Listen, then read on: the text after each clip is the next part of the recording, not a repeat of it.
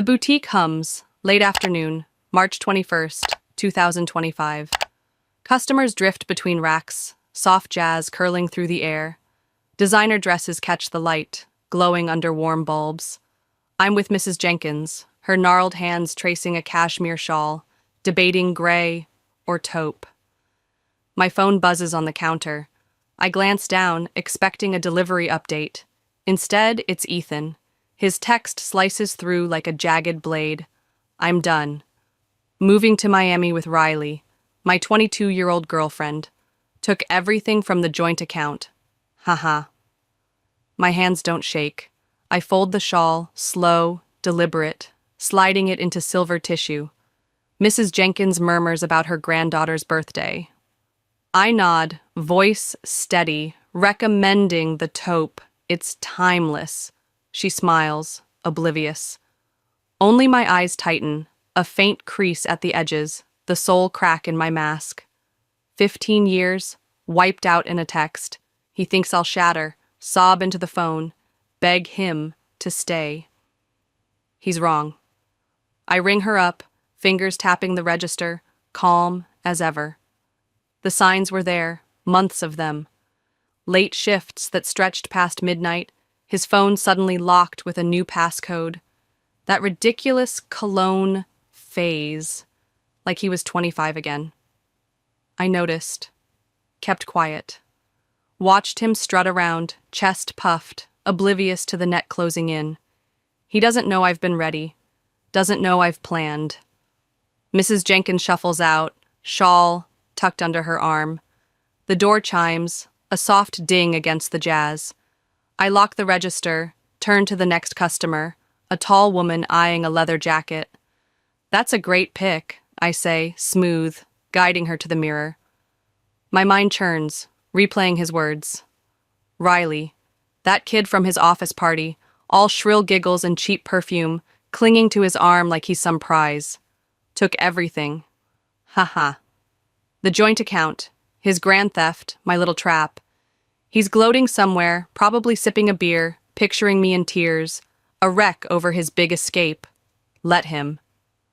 I adjust the jacket on her shoulders, catch my reflection in the glass. Dakota Simmons, 40, still standing. Not the crumpled mess he expects. The boutique buzzes on. My side gig, he called it, smirking over dinner when I'd tally receipts late at night. Said it'd never amount to much, just a hobby to keep me busy. Now, it's the pulse in my ears, the steady hum of customers, the clink of hangers on racks. More his ruin than he realizes. The woman buys the jacket, chats about spring trends. I nod, smile, wrap her purchase. My phone sits silent now, screen dark. Ethan's text lingers, a cruel echo. 15 years of marriage, nights cooking pasta, mornings arguing over bills, vacations where he'd nap on the beach while I sketched store layouts. Gone with a ha-ha. I could call, scream, demand answers. But I don't. Not yet. He's underestimated me before. Every late night I worked, every dollar I stashed, every hunch I followed. This isn't the end he thinks it is. The last customer leaves, door swinging shut. I flip the sign to closed, lock the door, the click sharp in the quiet. My boutique, my space, my rules. Ethan's out there, smug, imagining me helpless, clutching at scraps. He doesn't see what's coming. Doesn't know I've been weaving this web for months. Separate accounts, paper trails, every suspicious charge filed away. His ha-ha is a spark, not a bomb. I exhale, slow, the air cool against my lips. He's wrong about me, always has been. And tomorrow, he'll start to learn. My house, Grandma's house, sits quiet. Evening shadows stretching across the hardwood. Ethan's old golf clubs slump in the corner, dusty, untouched since last summer. I drop my bag on the counter, pour a glass of water, the faucet's hum filling the silence. My phone pings again, Ethan's name flashing. Don't beg. Riley and I fly out tomorrow. I'll grab my stuff later. I set the glass down, steady, no splash, no reply. I dial my lawyer instead, Lisa, her number memorized months ago. Go time, I say, voice flat. She's ready. Papers drafted since I found those spa charges on the credit card. $200 for a couple's massage on a work night. Another text buzzes in. You're past your prime. At least you've got your shop. Screenshot. Saved. Evidence folder's thick now, a brick of his mistakes. I lean against the counter, the edge cool under my palms. Riley. That office party. Her shrill laugh cutting through the crowd, Ethan's hand hovering too long on her elbow. Young enough to be his niece, naive enough to swallow his charm. I clocked it 4 months back. Steakhouse receipt crumpled in his jacket, $150 for two. Dated a night. He swore he was at the office. Next morning, I opened a new account, different bank, moved my savings bit by bit. Joint account? Just enough to keep him smug. 2 months of deposits, bait he couldn't resist. Rest is locked away, safe. He's crowing now, chest puffed. Let him. I sip the water, slow, thinking. He's planned this, his big exit, his midlife triumph. Thinks he's outsmarted me, left me scrambling. But I've been steps ahead. 3 months ago, he pushed to combine accounts, simplify things, he said, grinning over coffee. I agreed, cheerful, while funneling my boutique profits elsewhere. My side gig, the one he mocked, kept separate, always.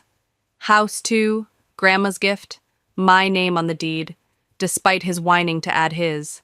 Lucky instincts, paying off now. Phone's still in my hand. I open the credit card app, scan the charges. There, 2 first-class tickets to Miami. Booked today, $1,800. Hotel at some swanky spot, Royal Palm maybe, another $900. His ha-ha echoes. I call the company.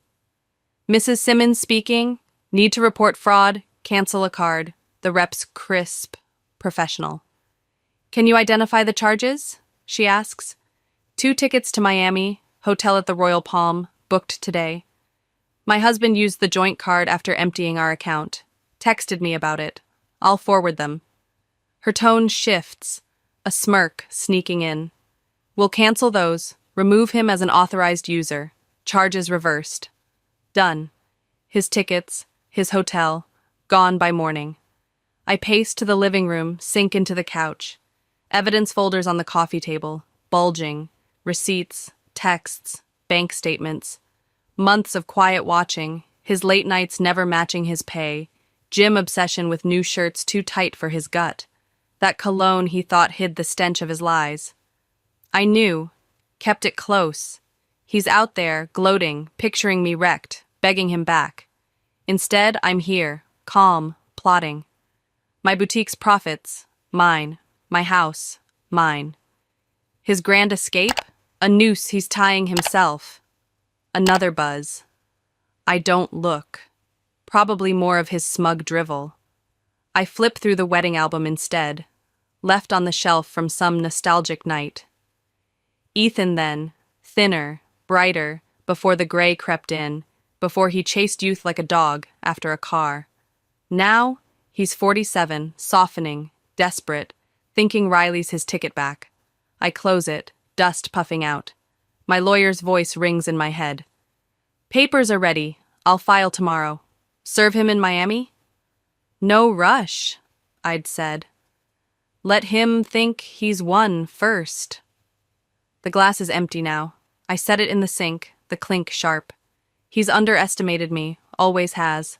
Laughed at my late nights, my spreadsheets, my little shop. Thinks I'm past my prime, a relic he can trade in.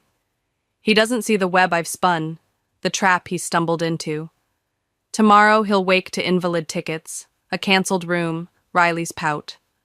I'll be at the boutique, unpacking scarves, smiling at customers. His ha-ha will fade. Mine's just beginning. Boutique's alive, Friday morning. Customers swarm, new scarves piled high, waiting to be shelved. Phone's muted, Ethan's number blocked after last night's final jab. I unfold a silk square, teal with gold threads, smooth it onto the display. Yesterday's texts stack in my head. Screenshots, safe. Planned this for months. Riley gets me. You'll manage. Someone your age, maybe. Then, booked flights with the joint card. Farewell present. LOL. Too late, Ethan. Tickets voided by midnight. Hotel dropped. He's texting from a motel now, I bet. What did you do to the card? Talk to me. I don't. Lawyer filed at dawn, papers en route. His move's already crumbling. A woman grabs a scarf, coos over the color. I nod, ring her up, hands steady. He's trapped. Miami fantasy rotting in some budget dive off the highway. Riley's probably posting. Hashtag new chapter, all hearts and filters. Clueless still, that kid, thinking she's won something grand. My boutique's packed. His hobby outshines his desk job fade, the one he bragged about while I balanced books. House is mine, grandma's deed ironclad. Business too, profits tucked away. He forgot, or never cared to know. Phone vibrates, ignored. I shelve another scarf, burgundy this time, soft under my fingers. His mom, Linda, calls instead, voice tight, accusing. Dakota, Ethan says you're causing trouble, controlling everything. What's this about the credit card? I put her on speaker, keep stacking. Did he mention emptying our joint account? Charging tickets for him and Riley on our card? Silence stretches, then a cough. He said you left him no choice, that you've been cold. I laugh, short, dry. I've got his texts, Linda. Want the one where he brags about taking the money, or where he mocks my age? She stumbles. Well, I cut in. Check your son's story. Goodbye. Click. The line's dead. I adjust the display, scarves fanning out like a peacock's tail. He's raging somewhere. I know it. Motel room with stained carpet. Riley whining about Wi-Fi. His big exit. His triumphant ha-ha. Unraveling fast. Lawyer texted earlier. Papers filed. He'll be served at the motel. Certified letters wait in Miami, too. A little gift for his arrival, if he even gets that far. His ego's digging his grave. I just watch, quiet, letting the shovel swing. A customer asks about a sale rack. I point her over, smiling, the boutique's hum wrapping around me. Ethan's out there, scrambling, thinking he's still in control. Doesn't see the noose tightening, maxed personal cards he hid. Riley's Instagram dreams fading when the glamour flops. My side gig pulses, cash register chiming, profits he'll never touch. He forgot who I am. Dakota Simmons, 40, not broken, not begging. Built this from scratch, while he sneered. The clock ticks toward noon. I straighten a hanger, metal cool against my palm. His voice echoes, "You'll manage." Condescending, smug. He's wrong again. I'm not managing, I'm winning. Tomorrow he'll wake to a canceled flight, a furious girlfriend, papers slapping him in the face. I'll be here, unpacking boxes, greeting regulars, my life intact. His LOL sours in his throat. Mine grows, soft, steady, a hum under my breath as the boutique shines. Monday morning, the courthouse looms, stark and crisp under a gray sky. I sit on a wooden bench, heels crossed, my navy blazer sharp against the beige walls. Ethan swaggers in late, skinny jeans hugging his thighs, a jacket screaming midlife desperation. Riley's outside, pacing under fluorescent glare, her youth painfully bright against the dull tiles. My lawyer, Lisa, adjusts her notes beside me, calm, methodical. The judge calls us up, voice flat, eyes scanning the room. Ethan's guy, a harried man with a cheap tie, shuffles papers already sweating. This is it, the moment Ethan learns what I've held close for months. Lisa starts, voice cutting through the hum. Your Honor, we have evidence of financial misconduct. Texts admitting Mr. Carter emptied a joint account. Fraudulent charges on a shared credit card. A pattern of hidden expenses. She slides the folder forward. Screenshots, statements, receipts I've stacked since that steakhouse slip. Ethan's lawyer fumbles, clears his throat. My client admits impulsive moves, but Mrs. Simmons has been spiteful, sabotaging his fresh start. Lisa doesn't flinch. Smart, not spiteful. My client protected her separate assets. House, in her name, boutique incorporated solely under her. Prudent, not vindictive. The judge quirks a brow, peering at Ethan's texts projected on the screen. Took everything. Haha. Does that excuse theft, counsel? He asks. Dry, almost amused. Ethan shifts, jeans creaking. His guy stammers. He was joking. The judge cuts in. Funny way to drain an account. I watch, still, hands folded. Ethan thought I'd fold. Half my business, my home. His, to claim in some divorce jackpot. Missed the fine print. My name only. Always. Lisa lays out more. Separate boutique profits. Grandma's deed untouched by his whining to co-own. Ethan's face tightens, jaw clenching as she reads his words aloud. Booked flights with the joint card. Farewell present. LOL. The judge leans forward, glasses glinting. Mr. Carter, you admit this? Ethan squirms, voice low. I just wanted a clean break. By committing fraud? The judge snaps, eyebrow arched. That cash is spent, Ethan mutters, glancing at Riley's shadow beyond the glass. Then replace it, 24 hours, the judge orders, gavel hovering. All shared assets frozen pending dissolution. House and business, Mrs. Simmons's separate property, uncontested. My chest loosens, a quiet breath slipping out. He thought this'd be easy, empty the account, run off with Riley, maybe snag my boutique in the split. Never read the papers I signed, mocked my spreadsheets as obsessive. Lisa's voice rings again. His claim to the business, baseless. Established pre-marriage, profits kept distinct. We have records of every cent. Ethan's lawyer tries one last gasp.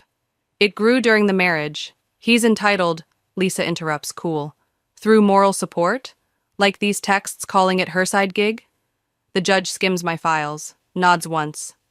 Court finds sufficient evidence of misconduct. Mr. Carter's claims dismissed. Gavel drops, sharp, final. Ethan's eyes dart to me, narrow, accusing. I meet them, steady, no blink. He thought I'd beg, crumble under his ha-ha. Instead I'm here, heels clicking as I rise. Free. Outside, Riley's on her phone. Number life lessons flickering across her screen, posted mid-hearing. She's catching on, late but real. I stride past, marble cool under my steps, Lisa at my side. He's got nothing left to fight with, she murmurs, a smirk tugging her lips. Let him try. I nod, the air sharp in my lungs. His jaw dropping, his jeans too tight. Irony enough for now. My house, my boutique, my life. Untouchable. He's left with a motel bill and a girlfriend who's already scrolling for the exit. The doors swing shut behind me, Ethan's shadow shrinking in the glass. He underestimated me, every late night I worked, every dollar I shielded, every hunch I proved. Thought I'd be the wreck, not him. Now he's scrambling 24 hours to cough up cash he's blown on Riley's dreams. I head to the boutique, the hum waiting, my world intact. His LOL chokes in his throat, a gag he can't swallow. Mine hums low, steady, as I step into the sunlight, stronger than he'll ever know. Weeks later, the boutique thrives, a steady pulse of chatter and cash drawers sliding open. Whispers drift in through customers. Ethan's personal cards maxed out, Riley's doubting her prize. I'm in my office, evidence files towering on the desk, a fortress of his mistakes. My phone buzzes, his number unblocked for the show. You've wrecked me. We can fix this. I sip coffee, black, bitter, and scroll past. Another comes fast. Copied boutique records, half's mine. Forwarded to Lisa, no reply. He claims co-founder now, a fantasy my ledgers shred. Every startup dime mine, every profit split from his grubby reach. He's desperate, clawing at shadows. A customer taps the counter, asks about a sale. I smile, point her to the rack, her purse swinging as she browses. Ethan's drowning, gossip says. Riley's tiny apartment too cramped for his ego, her patience thinning. Office chatter filters through mutual friends. She's eyeing a guy her age, done with his whining. My side gig expands, A second location in the works. Profits he'll never sniff. He never saw me, never will. Dakota Simmons, 40, building while he sinks. Customers murmur support, one confiding over coat. Guys like him never think we're ahead. I nod, wrap her purchase, silver tissue crinkling. They're right, he didn't. Phone rings. Paige, his sister, her voice soft, hesitant. Dakota, I'm at the store. We bought his act at first. Sorry. She's by the scarves, fingers brushing teal silk, eyes down. He played victim so well, said you pushed him out. Then we saw the texts, the way he acted after. I shelve a blouse, smooth the fabric. Took a while, I say, dry, no edge. She nods, quick. Too long. I'm ashamed we doubted you. I shrug, move to the register. Her apologies late, a whisper against the hum, but it lands. His family's guilt isn't my load, I've carried enough. Another call. Linda, his mom, voice cracking through the line. Taught him better, thought I did. He's spiraling, blaming you, Riley, everyone. I stack receipts, let her talk. Tried gambling online, lost more. Now some pyramid scheme, he's chasing fast cash. I hum, non-committal, the boutique's buzz louder in my ears. He's still at home, she adds a sigh. Won't own it. I end the call, polite, distant. Take care, Linda. Their drama's not mine anymore, a storm I've sailed past. I step to the window, adjust a display. Handbags gleaming under lights. Ethan's out there, flailing, thinking he can claw back half my world. Records disprove it. My name, my sweat, my late nights while he golfed and griped. Riley's gone soon, gossip predicts, tired of his broke swagger. My coffee's cold now, mug heavy in my hand.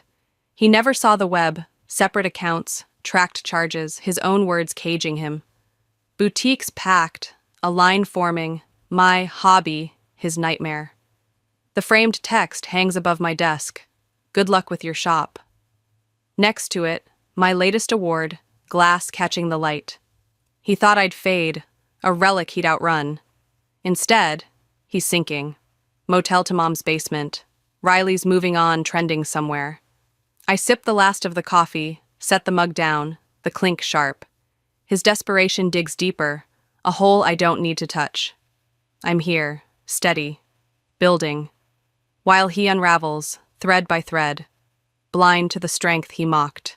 6 months later, the second boutique opens, a crisp Saturday, the air buzzing with chatter and champagne flutes clinking. Crowds spill through the doors, admiring velvet dresses and leather bags under soft lights. I cut the ribbon, scissors cold in my hand, applause rippling out. The online store launched last week, orders pinging in from coast to coast, my side gig stretching beyond Ethan's snide horizon. Back home, my house feels new, refreshed. His old chair hauled out, replaced with a sleek gray sectional. I sip coffee on it now, black, strong, the morning quiet wrapping around me.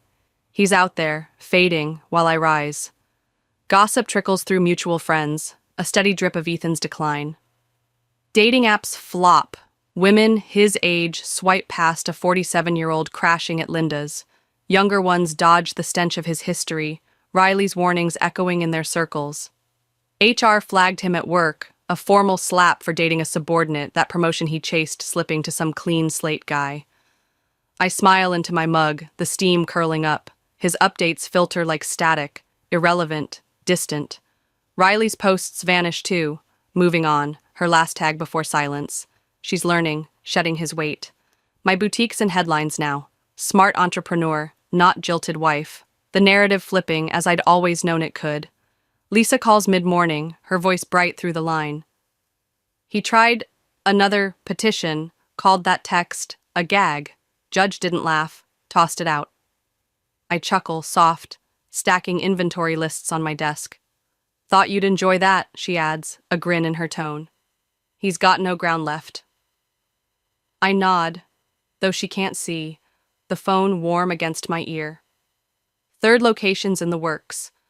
Blueprints spread across my table, a downtown spot with foot traffic he'd never fathom. Women stop me at events now, Young entrepreneurs with sharp eyes asking, "How do you protect it all?" I tell them, steady, guard yourself, trust your gut. Ethan's cruelty's a blip, a footnote I've outgrown. My grit's the headline, bold and clear.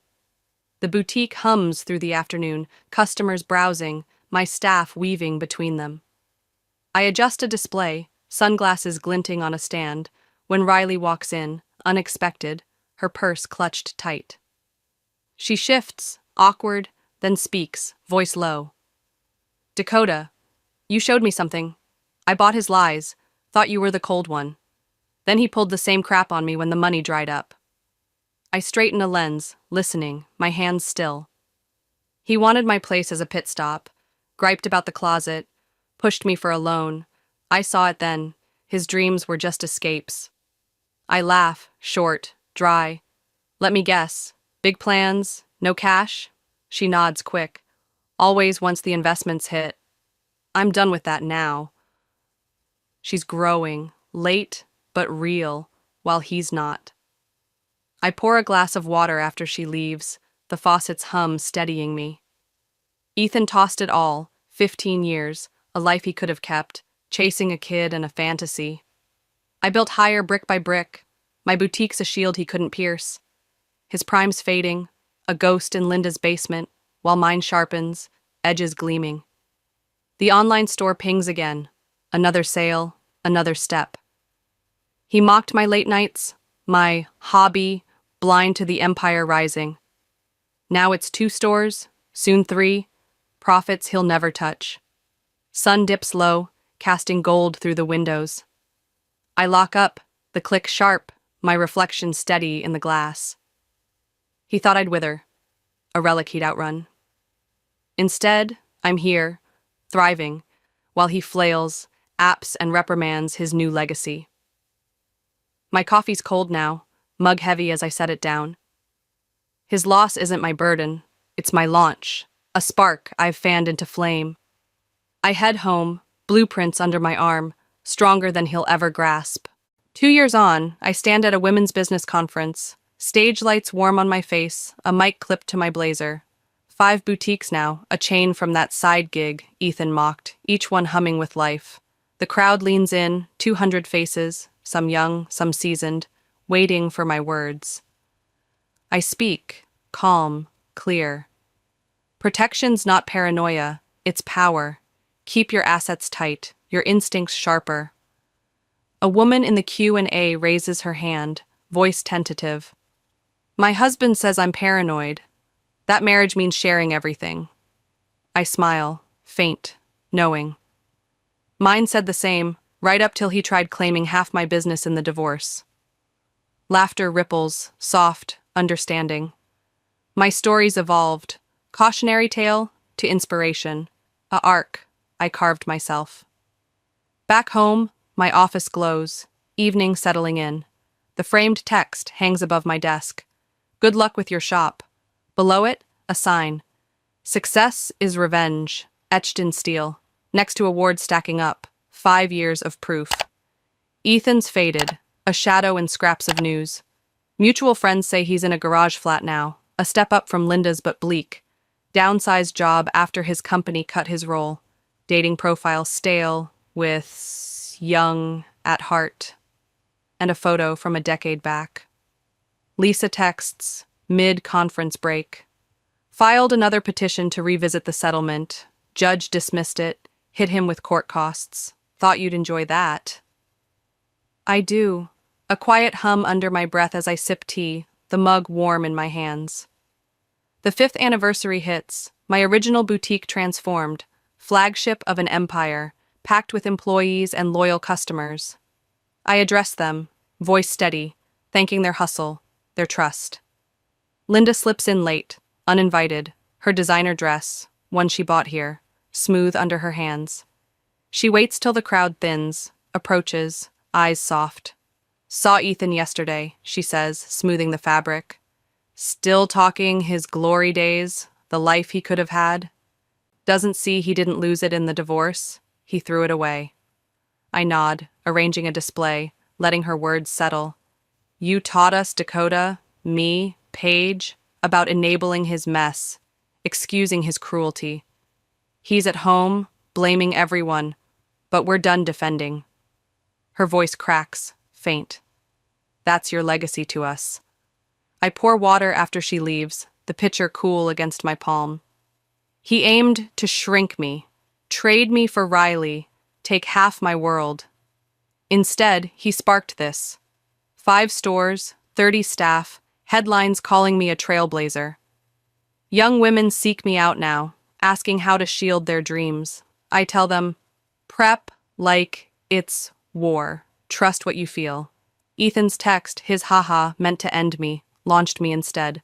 Riley's a regular now, oddly. Business degree done, her social media gig growing. You inspired me, she said once, buying a scarf. Showed a woman can build, not just fall for promises. I smiled, rung her up, silver tissue crinkling. The boutique quiets, night falling soft. I lock up, the click sharp, my reflection in the window clear. Not older, wiser, tougher. Ethan's stuck, 47 in a garage, chasing a youth he'll never catch, while I stand here, 5 years from that text, stronger than he dreamed. Linda's words echo. He threw it away. She's right, but I claimed it, turned his wreckage into my rise. A new hire, Kelsey, asks about the inventory system, her voice eager. I explain, patient, catching my image again. Steady, sure, a woman he never saw. Phone buzzes, online order, another sale. I head home, the air cool, my steps firm. His cruelty's a footnote now, a framed relic I've outgrown. Every store, every nod, proves it. Success isn't revenge, it's better, a life he can't touch. He thought I'd beg, break, prove his smug haha right. Instead, I built this, a legacy for every woman who sees my story and knows she's worth more than a midlife crisis. I smile, faint, into the dark. His ending's his, mine's just begun. I'm Charlotte Miller, graduated college with a computer programming degree, and while my classmates were losing their minds over job hunts, I had mine locked down by year 3. Apex Software, a mid-sized tech firm, liked what I did during a summer internship, enough to offer me a full-time gig before I even had my diploma in hand. The paycheck was solid, way better than I expected at 23. I could have moved out, gotten my own place, maybe a little 1-bedroom with a decent coffee shop nearby. Dreamed about it for years, honestly. But that didn't pan out. Charlotte, we were hoping you'd stick around a bit longer, Mom said one night, sitting across from me at the dining table. Diane Miller, 58, gray, creeping into her hair, worry lines deeper than they used to be. Dad, Tom, 59, nodded beside her, looking like he'd rather be anywhere else. His hands fidgeted with a napkin, folding it into smaller and smaller squares. What do you mean? I asked, confused. I thought you'd be thrilled to have the house to yourselves. They'd been talking about downsizing for ages, maybe getting a condo somewhere warm. Guess that was off the table. Dad cleared his throat, eyes on the napkin. Well, sweetheart, truth is, we're struggling with the bills lately. We're not getting younger, and expenses keep climbing. Mom jumped in, quick as ever. If you stayed, maybe helped out a little, it'd mean a lot. Their faces, worn, hopeful, hit me hard. These were the people who'd scraped by to get me through college, who cheered at my graduation even though they didn't get half of what I studied. I couldn't say no, not then. How much would help? I asked, voice steady despite the pit in my stomach. Maybe $1,000 a month? Dad suggested, tentative, like he was testing the waters. For bills, groceries, that sort of thing. Relief washed over them the second I nodded. Just like that, at 23, I was the breadwinner, or at least the crutch keeping the house afloat. Kept the rest of my salary in savings, watched it grow each month while I stuck to basics, cheap clothes, gas, the occasional takeout coffee. No point wasting cash on stuff I didn't need. But it didn't take long to see I wasn't the only one with opinions on money. My sister, Emily, had a whole different playbook, and she was about to make sure I knew it. Funny thing is, I thought staying home was the hard part. Turns out that was just the warm-up. I stashed most of my salary in savings, watched it pile up, slow and steady. Didn't spend much, plain t-shirts, jeans that lasted, a phone that still worked. Why blow money when I didn't need to? Emily Harris, my sister, saw it differently. At 31, 8 years older, she spent like money was oxygen, and she was gasping for air. Married to Ryan Harris, 32, college sweethearts with a kid, Noah, who's 8. They lived across town in a pricey rented condo, all glass and high ceilings, acting like they were rolling in it. Except they weren't. Ryan had a decent job, some sales gig pulling 6 figures, but their cash vanished faster than it came. Vacations, dinners out, designer bags. Emily's Instagram was a highlight reel of stuff they couldn't afford. "Oh my God, Charlotte, are you seriously wearing that again?" she said one Sunday, sprawled on Mom and Dad's couch scrolling her phone. Her nails were fresh, bright red, probably cost more than my grocery bill. I glanced down at my gray t-shirt, same one I'd worn for years. "What's wrong with it?" I asked, keeping my tone flat. She rolled her eyes, dramatic as ever. "I saw it in your profile pic. From, like, forever ago. Nordstrom's got a sale on. Don't you ever treat yourself?" I shrugged. "These work fine." She snorted, loud enough to turn heads. "This is why you're single. No guy's into a girl who looks like she shops at a thrift store." I bit my tongue. Could have pointed out her and Ryan's bank account was a ghost town despite his paycheck. But why bother? She wouldn't hear it. Later that day, she cornered me in the kitchen while I scrubbed plates. "Hey, Charlotte," she said, voice switching to sugar sweet. "Can I borrow $200?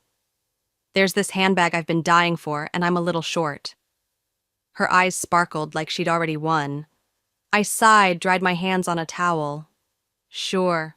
Not the first time, wouldn't be the last." "You're a lifesaver," she chirped, hugging me quick before texting someone, probably bragging about the bag. "I'm your only sister," I muttered. But she was already gone, leaving me with the suds and a lighter wallet. When I wasn't at Apex Software, I spent nights in my room, hunched over my laptop, coding a home security app. Something simple but smart, tied into existing cameras, with alerts that actually made sense, controls anyone could use. The market was full of clunky junk. I knew I could do better. "Charlotte, it's almost midnight," Mom complained one night, standing in my doorway, robe cinched tight. "You're running up the electric bill." "Sorry, just wrapping up," I said, eyes on the screen. Didn't look up, too close to cracking a glitch in the motion detection code. "All she does is play those dumb games," I heard Dad grumble, as they shuffled back to bed. No wonder she's still alone. I didn't correct them. They wouldn't get it, wouldn't care that I was building something real. Easier to let them think what they wanted. Emily popped by most Sundays, Noah in tow, Ryan trailing behind. She'd flop on the couch, critique my life, while Noah ran circles around Mom and Dad. "You should come shopping with me," she said once, flipping through a magazine. "Get out of this house. Live a little." "I'm good," I replied, stacking dishes. She laughed, sharp. "Yeah, real exciting life you've got?" I kept quiet, watched her flip pages, her rings glinting under the light. She didn't know my savings were creeping up, that I wasn't just sitting still. Didn't know I was waiting. For what, I wasn't sure yet. But every late night on that app, every dollar I didn't lend her, felt like a step toward something. Maybe freedom, maybe just sanity. Problem was, sanity's hard to keep when your family's involved. Emily and Ryan were a ticking clock, spending their way into trouble I could smell from a mile off. Mom and Dad, too, they leaned on me more each month, like that $1,000 was their lifeline. I didn't mind helping, not at first. They'd raised me, put me through school, but the weight of it, The way it never let up started to press down. And then, one Tuesday evening, the clock ran out, and everything I'd been holding steady flipped upside down. That Tuesday evening, I pulled into the driveway after work, and it was like a parking lot had exploded. Cars everywhere, the front door propped open with a cardboard box, spilling out packing tape and bubble wrap. I stepped inside, bag still slung over my shoulder, and froze. The living room was a war zone. Stacked boxes, suitcases, a random lamp tipped on its side. Emily stood in the middle, barking orders at Mom and Dad like they were her personal moving crew. "What's going on?" I asked, voice steady, despite the chaos screaming around me. "Are you moving in?" Before Emily could answer, Ryan shuffled out from the hallway, shoulders slumped, his usual crisp button-down wrinkled like he'd slept in it. I'd never seen him look so small. "Ryan lost his job," Emily announced, hands on her hips like it was breaking news I should have seen coming. "Can you believe how unfair they were?" His own friend turned on him. I glanced at Ryan, who wouldn't meet my eyes. "What happened?" I asked, keeping it simple. He mumbled something about creative accounting, but Emily cut in, defensive. "He was borrowing company money, okay? He was going to pay it back. But the director, his so-called buddy, found out in an audit and flipped out." I raised an eyebrow. "You mean he was stealing?" The room went dead quiet. Mom fidgeted with a dish towel, Dad stared at the floor, and Emily's face turned red. "That's a harsh way to put it, Charlotte," she snapped. "His friend asked for it back and told him to resign. Fair, right? Real friends don't do that when you're in a pinch." I dropped it. Logic wasn't welcome here, clearly. By dinner it was official. Emily, Ryan, and Noah were staying. Just until they got back on their feet, Mom said, her voice soft, like she was trying to convince herself too. I nodded, already bracing for the mess I knew was coming. It didn't take long. Ryan landed a new job in 2 weeks, some entry-level gig paying half his old salary, and he griped about it nonstop. "This is humiliating," he'd mutter, loud enough for everyone to hear. Emily kept her part-time gig at a boutique, working just enough to claim she was pitching in, though her paycheck barely covered her lattes. Meanwhile, the house turned into their playground. Noah's toys littered every corner, Emily's complaints filled the air, and my quiet life crumbled under the noise. One night at dinner, Emily pushed her plate away, nose wrinkled. "This chicken's so dry, Mom. Don't you know how to season anything? We used to eat at Tavola every Thursday. Real food." Mom nodded, apologetic. "I'll try harder next time, dear." I stabbed my perfectly fine chicken, kept my mouth shut. The dynamic had shifted hard. Emily was the sun now, everyone orbiting her whining. Her problems were ours, her demands urgent. Me? I was just the ATM in the corner, humming along, paying the bills. That $1,000 a month wasn't cutting it anymore, apparently. "Charlotte," Dad said one evening, clearing his throat as we all sat in the living room. "Things are tight with 5 adults and Noah. Utilities are through the roof. Groceries. You wouldn't believe what a growing boy eats." Mom chimed in, nervous. "We were hoping you could help a little more. The $1,000 just isn't enough now." I looked around. Mom and Dad, embarrassed but hopeful. Emily, picking at her nails, pretending this wasn't her idea. Ryan, at least, had the guts to look uneasy. "Are Emily and Ryan chipping in?" I asked, calm as I could manage. Mom hesitated. "They're in a tough spot right now," she said softly. "You're single, no kids, you can afford it." I counted to 10 in my head. "How much more?" I asked. "Maybe $2,000 a month," Dad said, testing me again. Emily's lips twitched, a tiny smug smile. I nodded, said nothing. They thought they'd won. They had no idea what was coming. Then came the real kick. I got home from work a few days later, and my stuff, books, laptop, that old stuffed rabbit, was piled in the hallway like garbage. My room wasn't mine anymore. Noah sat on my bed, now covered in dinosaur sheets, playing a handheld game. My desk? Gone, replaced by a kiddie table with crayons and action figures. Aunt Charlotte, look at my new room, he grinned. Emily appeared in the doorway, casual as ever. Oh, you're back. We moved Noah in here. He needs space for his stuff. You can take the couch.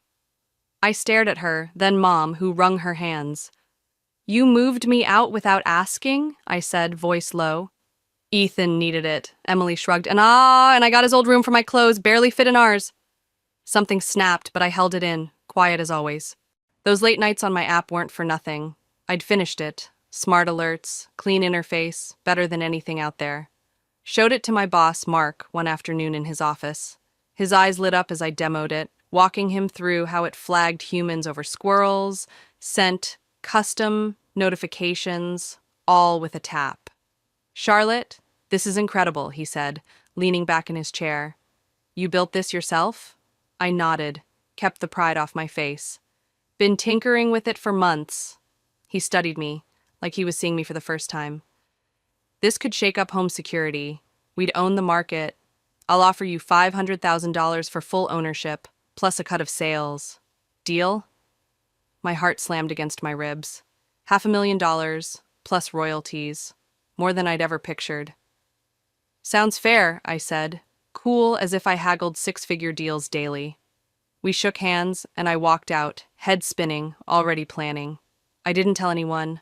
Not Mom, not Dad, definitely not Emily. If they knew, that money would vanish into Emily's shopping bags, or Mom's endless excuses for her. This was my shot, and I wasn't letting it slip. That night, I called Lauren, a realtor friend from work, from my car in the driveway, voice low.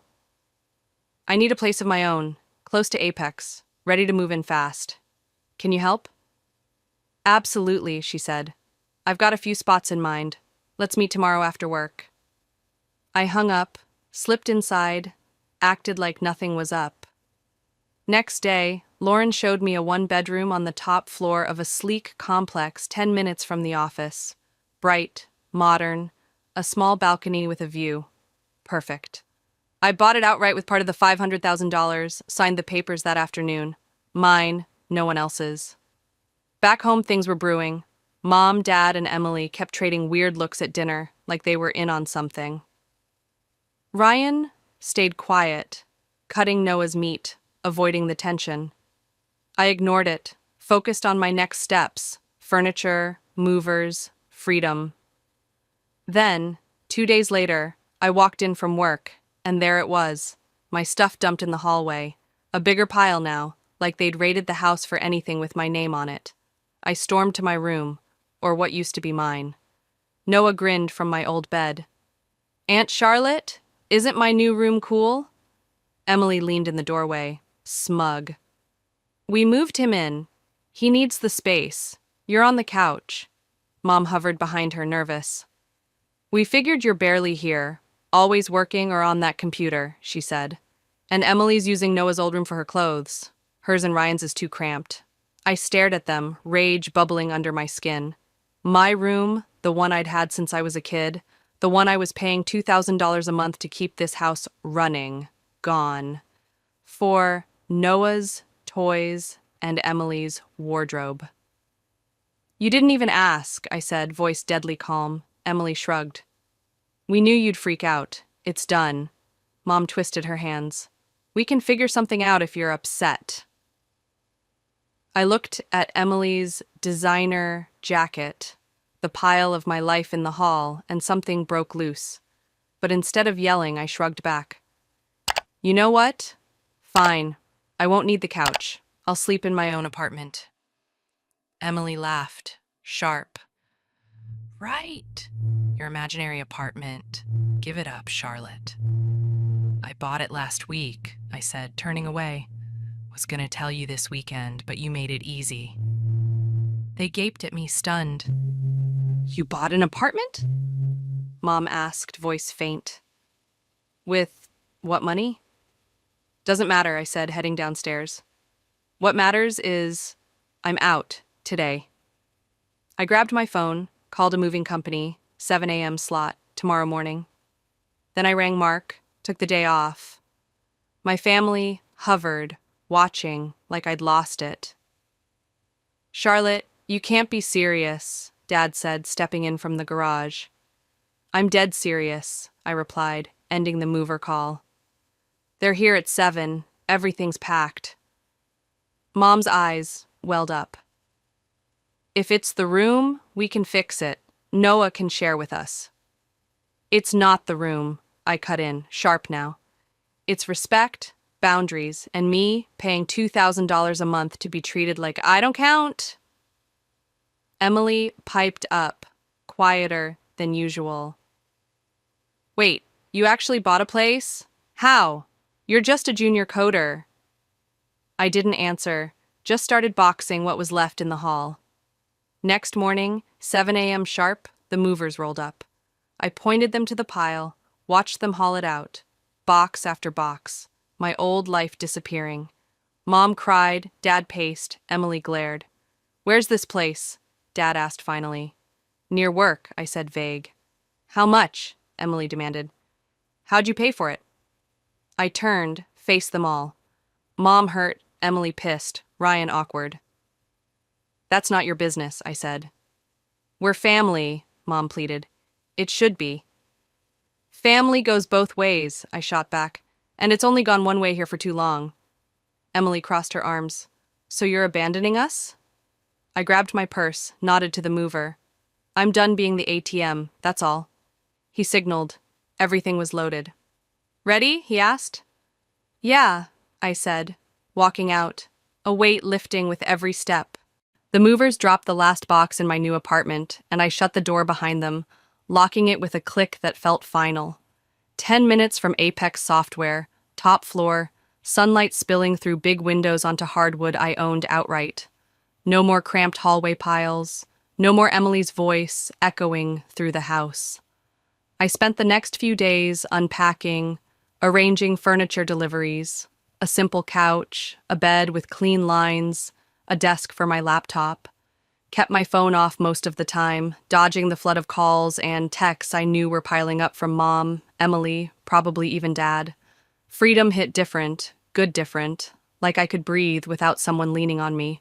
Work kept me busy, but the royalties from the app started trickling in, steady and real. Mark was right. It was taking off, Apex pushing it hard in the market. I'd check my bank account sometimes just to see the numbers climb, proof I'd done something big. Didn't go wild with it, though. Bought some clothes, nice jeans, a couple sweaters, nothing Emily would have touched with her Nordstrom obsession. Treated myself to a weekend trip up the coast, drove with the windows down, no one asking for gas money or a favor. Even started seeing a guy, Jake, from the office next to Apex, quiet type, liked hiking, didn't care that I wasn't flashy. You're easy to be around, he said once over coffee. I smiled, didn't overthink it. Felt good to be me, not a wallet. Nights were the best, though. I'd sit on my balcony, tiny but mine, with a view of the city lights blinking below. No Noah running laps, no Mom nagging about the electric bill, no Emily whining about dry chicken. Just quiet, and a laptop if I felt like tinkering with code. I'd been so used to noise, to giving, that the silence took some getting used to. But every day, it settled deeper. This was mine, earned, not owed to anyone. I'd catch myself wondering how they were doing back at the house, if the bills were piling up, if Emily had sold another sob story. Then, I'd shake it off. Not my problem anymore. A week in, I turned my phone back on, just to clear the clutter. Dozens of messages, Mom's guilt trips, we're so worried, Emily's anger. You can't just vanish. A few stiff apologies from Dad. I skimmed, deleted most, didn't reply. They'd figure it out. Or they wouldn't. I wasn't their fix anymore. Lauren stopped by with a housewarming plant, a little cactus I couldn't kill. You look lighter, she said, grinning. I feel it, I replied, setting the pot on the counter. She didn't ask about the family, didn't need to. Work bumped me up to a new project, something with AI, and I dove in, head clear for the first time in years. Life was moving, and I was moving with it, not dragging anyone along. The messages kept coming, even after I ignored them.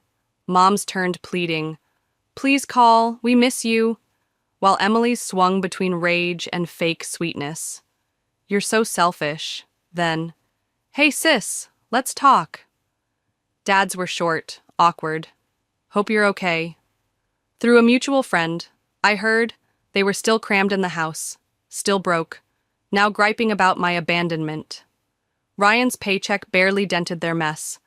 Emily's boutique hours didn't help, and Mom and Dad were too soft to push them. I let it sit for 6 months, kept my distance, built my life, work, Jake, trips, royalties stacking up. But the guilt gnawed sometimes, quiet and stubborn, so I decided to visit, see if we could talk sense without cash changing hands. That Saturday morning, I pulled into the driveway, saw the curtains twitch. They'd been watching. Mom flung the door open before I reached it, pulled me into a hug that smelled like her old lavender soap. "Thank goodness you're back," she said, voice thick. "We've been so worried." Dad loomed behind her, half smiling, half uncomfortable. Emily and Ryan sat in the living room, Noah on the floor with a puzzle. "I'm not moving back," I said right off, cutting through the hope in Mom's eyes. "Just here to talk." She nodded, tugged me inside. "We've been thinking too," she said, sitting me down. Doubtful, but I listened. Dad started, voice gruff. "We know we messed up, Charlotte. Your cot, your rooms are yours. Again, whenever you want it. Noah's back in his old one." Emily jumped in quick. "And I didn't make a closet out of it. My stuff fits with Ryan's now." Their faces were eager, too eager, and I saw it coming. "We miss you," Mom said, eyes soft. "And we need you here." There it was, the real pitch. "You need my money," I corrected, gentle but firm. No one denied it. Emily leaned forward. "We could work it out. You keep your place. Help us with bills. Or we take your apartment. You get the house back." I almost laughed. Her nerve was that wild. "No, Emily," I said. "Not giving you my place. Not giving you anything." She flushed, mad now. "That's not fair. You're so selfish. How'd you even afford it? Hiding cash from us all along?" I took a breath, let it out slow. "I sold an app I built. The security one you thought was me playing games. Mark paid $500,000, plus royalties." Silence hit like a brick. Ryan blinked. "500,000? He whispered. Mom looked faint, Dad stunned. "Why didn't you tell us?" Mom asked, hurt creeping in. "Because I knew this," I said, honest. "You'd find reasons it was yours, not mine." They couldn't argue, just sat there, caught. Emily recovered first, dramatic as ever. "So you're abandoning us after all we've done for you?" "What exactly have you done, Emily?" I asked, standing. "Borrow money you don't pay back? Trash my clothes? Move me out without asking?" She had nothing, just glared.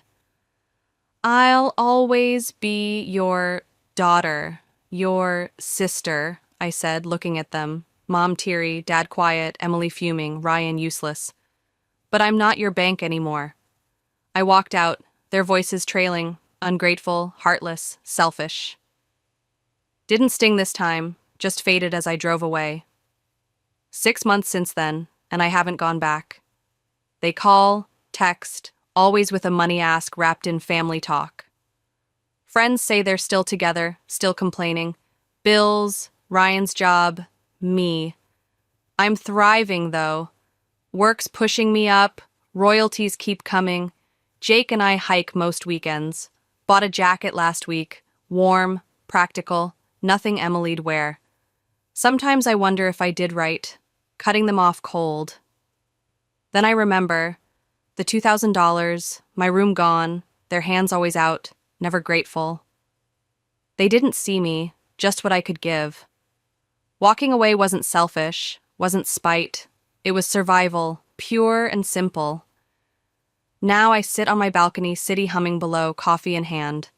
No guilt, no noise, just me. Charlotte Miller, 23, figuring it out. Work's good, life's mine, and that's enough. They'll keep calling. I'll keep living. Maybe one day they'll get it, but I'm not holding my breath. For the first time, I'm not carrying them, and it feels damn good.